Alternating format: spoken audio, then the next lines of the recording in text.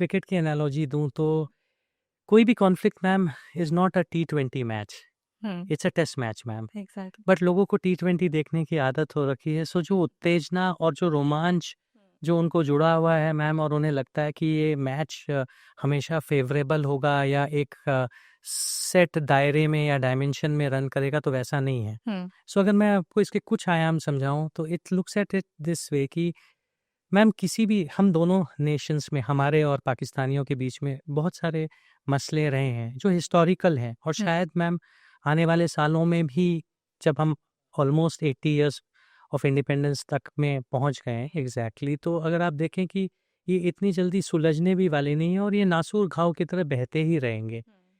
परंतु ये समझना बहुत ज़्यादा ज़रूरी है कि इस वॉर से किसको फ़ायदा था, किसको सबसे ज़्यादा इसकी ज़रूरत थी, और किसके कारण ये हुआ, और हम कैसे उसमें शामिल हुए। तो अगर आप देखें कि मैम आज़ादी के बाद से, जब से पाकिस्तान बना है, एक कहावत है real politics and international relations में कि every country has got a army and Pakistan army has got a country. So अगर आप उस नज़रिए से देखें, सो पिछले 70 और दशक उन्होंने ये अपना ये नैरेटिव चला के रखा कि हम हैं तो पाकिस्तान है, और आवाम को उन्होंने हमेशा यही बेचा कि हम जब तक महफूज हैं हम तुम्हें महफूज रखेंगे। बट जब से इमरान खान की पार्टी पावर से निकली और उनको जेल किया गया, सो अगर आप देखें तहरीक इंसाफ, उनके सपोर्टर्स ने जिस तरह से पहली बार पाकिस्तान की हिस्ट्री में कोर कमांडर के घर पे अटैक किया था, फेमस वन, जहाँ स्ट्रॉबेरी और ये सब भी लूट के लोग देखे गए थे, और आपने सोशल मीडिया में वो देखा होगा। वो पहला डिफिनेटिव और रिसाउंडिंग स्लैप था पाकिस्तान आर्मी के गाल पे। दे वर शेकन टू द कोर।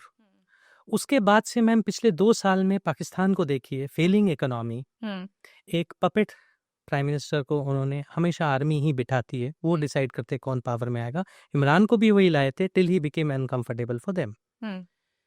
उसके बाद ma'am the present army chief, वो एक मौलाना ज़्यादा है मैम और आर्मी चीफ कम है। हाफिज हैं, फेमस हैं आर्मी में, उनके सर्कल्स में बहुत कम लोग हाफिज हैं। परंतु सबसे बड़ी चीज़ क्या है मैम कि उनकी भी popularity was an all time low. Balochistan में अटैक्स, फाटा में अटैक्स, जिस हिसाब से आज के दिन पाकिस्तान जिस दौर से टर्मोइल से गुजर रहा है, लोग और आम जनता उनकी पाकिस्तान की आर्मी पे भी सवाल उठाने लगे थे। आप अगर कॉमन यूट्यूबर्स को भी देखें, पाकिस्तान में आर्मी को आर्मी के नाम से कोई नहीं बोलता। वो नेता, तंत्री, मंत्री सबको अगर क्रिटिसाइज कर रहे होते, जब आर्मी की बारी आती है उसको हमेशा एस्टैब्लिशमेंट कहते हैं, आर्मी नहीं कहते। आप कभी भी उनके कहीं पे भी नैरेटिव में कॉमन लोगों को बात करते हुए देखेंगे तो एस्टैब्लिशमेंट ने ये किया, एस्टैब्लिशमेंट ने वो किया, इसका मतलब वो आर्मी से रेफर कर रहे हैं। जब इस आर्मी से, जब देश की जनता को उनकी खुद की आर्मी से मैम अगर खौफ हो, तो आप समझ सकते हैं कि उनकी कितनी purchase power with regards to लोगों के आवाम में दिल में प्यार या जज्बात है, या एक फोर्स सा नैरेटिव है। परंतु इन सब के बावजूद जब वो जाफर एक्सप्रेस हुआ, सारी चीजें हुई मैम, तब जो ये मौजूदा सिचुएशन की आई वुड से बीज जो है तब बोई गई थी। बिकॉज इस एंगल से देखें कि पाकिस्तान आर्मी की क्रेडिबिलिटी पे जब जनता सवाल उठाने लगी, तो उनको हमेशा इंडिया से एक वॉर चाहिए होता है। बिकॉज बिटवीन द आर्मी, जिसको लोग अब नजरों से गिरा के सवालिया निशान पे लाके खड़ा किया था, और बनिस्पत इंडिया के, तो आप खुद सोचिए कि बिटवीन इंडिया, जिसको जमाने भर से दुश्मन समझते हैं, और अपनी आर्मी जो उनके आंखों से नीचे गिर रही थी, बिटवीन द टू अब एक नेशनल लेवल क्राइसिस हो, तो किसको वो सपोर्ट करेंगे? ऑब्वियसली अपनी आर्मी को। सो पाकिस्तान आर्मी को और उनके चीफ को खास इस लड़ाई की बहुत ज्यादा जरूरत थी।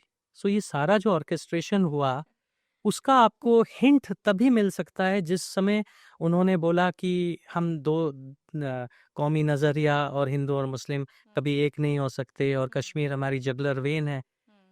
उस समय से अगर हाइंडसाइट इज ऑलवेज इजी दे से, बट अगर आप नज़र फेर हैं तो देखेंगे कि उनको एक वारदात ऐसी चाहिए थी जो उन्होंने किया, जिससे कि उन्हें पता था कि उस लेवल के वारदात पे इंडिया रिएक्ट करेगा, और जब इंडिया रिएक्ट करेगा और जो लेजिटिमेटली हमारे देश ने किया, तो वो अपना रेटोरिक इस बात पे लाएंगे कि देखो हमारे ऊपर हमारे इतने सालों का जो स्टैंडर्ड, जो दुश्मनी का जो नैरेटिव है, उन्होंने हम पे हमला किया है। तो आवाम जनता सब कुछ भूल करके मैम वही क्रिकेट, पॉलिटिक्स और आई वुड से सिनेमा की तरह they will go for it.